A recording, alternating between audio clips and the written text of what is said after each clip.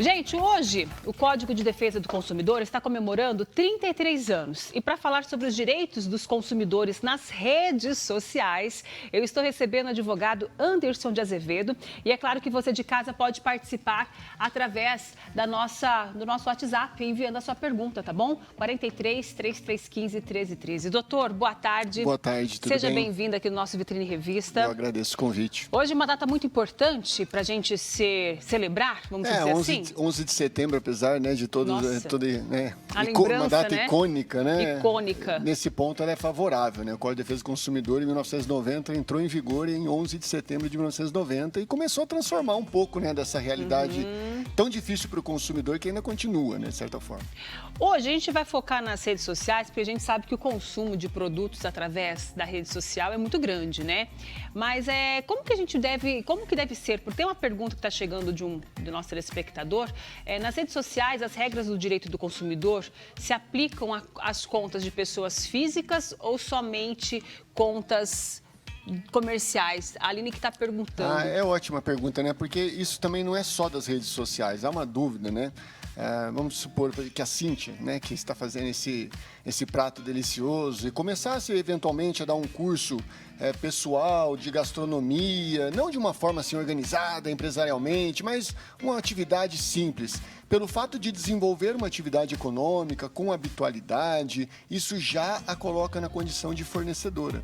Portanto, se as pessoas começam a adquirir produtos e serviços de outras pessoas, sejam elas físicas ou jurídicas, em caráter habitual, mediante remuneração, isso já qualifica aí uma situação de relação de consumo. E é assim que a gente vê acontecendo atualmente nas redes sociais, né? Mas daí a pessoa vai reclamar, ela vai aonde reclamar isso? Da mesma forma como nas questões físicas, né, materiais, assim, você vai até o Procon, você vai até a Justiça, da mesma forma em relação às redes sociais. Ela vai... Para ela comprovar isso. Printa a tela. Vídeos, né? As redes sociais são um ambiente de comunicação, né? Assim como a TV, assim como o rádio, comunica-se ofertas, pelas redes sociais também as ofertas são comunicadas. E desse modo também pode ser caracterizada a relação de consumo e a comprovação se dá dessa forma, com print, com vídeo. Quando a gente fala rede social, o WhatsApp também entra? Também entra. As redes sociais, elas abrangem tudo. Os sites organizados, estruturados, os portais, o Instagram, os messengers, os directs. Tudo é forma de comunicação. Tudo que está na plataforma, em plataformas envolvendo a internet é caracterizado como rede social. Vamos para a próxima pergunta aqui, ó. A Dani, que está participando com a gente, podemos colocar a seguinte mensagem: valores via direct ou o preço do produto deve estar na mensagem que acompanha a foto. Isso vale para stories também? Olha só, Dani, que interessante essa pergunta, porque é uma prática, né, Maica? A gente olha assim, olha, ofereci aqui, olha, preço em box. Exatamente, conversa em box, né? Conversa em box, preço em box, valor no direct, né? Não existe uma regra específica para a rede social. O Código de Defesa do Consumidor se aplica, como eu disse, tanto às relações físicas pessoais quanto às redes sociais. E o Código diz lá no artigo 31 que toda oferta, toda publicidade, ela deve conter um preço, a mensagem publicitária deve conter um preço. Então, qualquer produto que seja anunciado ou fisicamente ou pela internet tem que conter um preço total à vista. Eu sei...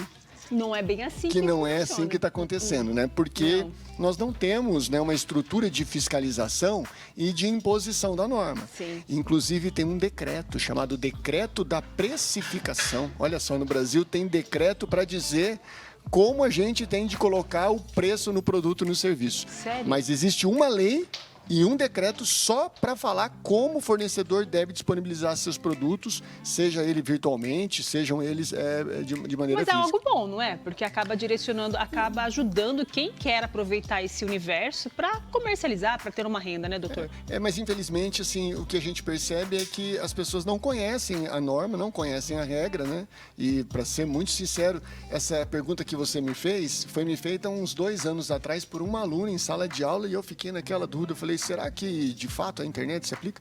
E de fato a gente foi pesquisar e a jurisprudência é pacífica nesse sentido. Aplica-se o dever de precificação também aos produtos que são anunciados nas redes sociais.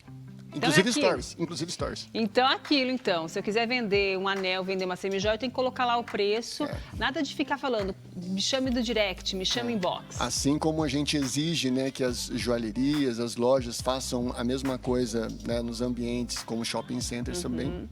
A internet é como se fosse um grande shopping center. É diferente de falar consulte, faça um orçamento, né? É diferente, sim. né? Um serviço, por exemplo, em que o serviço ele não pode ser imediatamente valorado, porque necessita de uma apreciação, de uma verificação de tempo, de complexidade do serviço. Aí é diferente, né? Aí nós temos uma regra para o orçamento que está no artigo 40. É outra regra dele. É outra regra, precisa ser apresentado, o fornecedor ele não pode deixar de apresentar, e uma vez ele apresentando o orçamento, vale por 10 dias, se não tiver estipulado um prazo diferente. Vamos para a próxima pergunta aqui, então, ó. Luzinha, no caso de compra ou contratação de serviços pelas redes sociais, os prazos de devolução e regras são os mesmos de compra em loja física? Na verdade, a gente tem que entender o que é prazo de devolução. Porque às vezes você adquire um produto que vem com um problema. Nós chamamos de vício ou defeito, como popularmente se fala. Nesses casos, a lei estabelece um prazo de até 90 dias para que seja feita a reclamação diretamente para aquele que foi o vendedor. Isso em casos de anomalias.